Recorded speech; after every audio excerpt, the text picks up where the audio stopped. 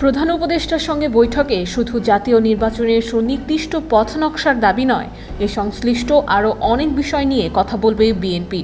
সেই সঙ্গে বিএনপির নীতি নির্ধারণী নেতারা মনে করছেন, নির্বাচন প্রশ্নে প্রধান উপদেষ্টা সহ আরও কয়েকজন উপদেষ্টার বিভিন্ন রকম বক্তব্যে নির্বাচন নিয়ে যে ধোঁয়াশার সৃষ্টি হয়েছে, বিএনপি এ বিষয়ে প্রধান উপদেষ্টার কাছে স্পষ্ট হতে চাইবে।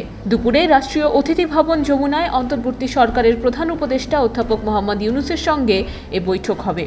বৈঠকে বিএনপির প্রতিনিধি দলের নেতৃত্ব দেবেন বিএনপির মহাসচিব মির্জা ফখরুল ইসলাম আলমগীর। দলটির সংশ্লিষ্ট সূত্র থেকে জানা গেছে, বৈঠকে বিএনপির নেতারা প্রধান উপদেষ্টার কাছে সুনির্দিষ্ট করে জানতে চাইবেন কবে নাগাদ নির্বাচন হবে এবং নির্বাচনের রোডম্যাপ বা পথনকশা কবে ঘোষণা হবে। প্রধান উপদেষ্টার বক্তব্যে সন্তুষ্ট হতে না পারলে বিএনপি যুগপৎ আন্দোলনের শরিকদের নিয়ে আবার মাঠে নামার কর্মসূচিতে যেতে পারে।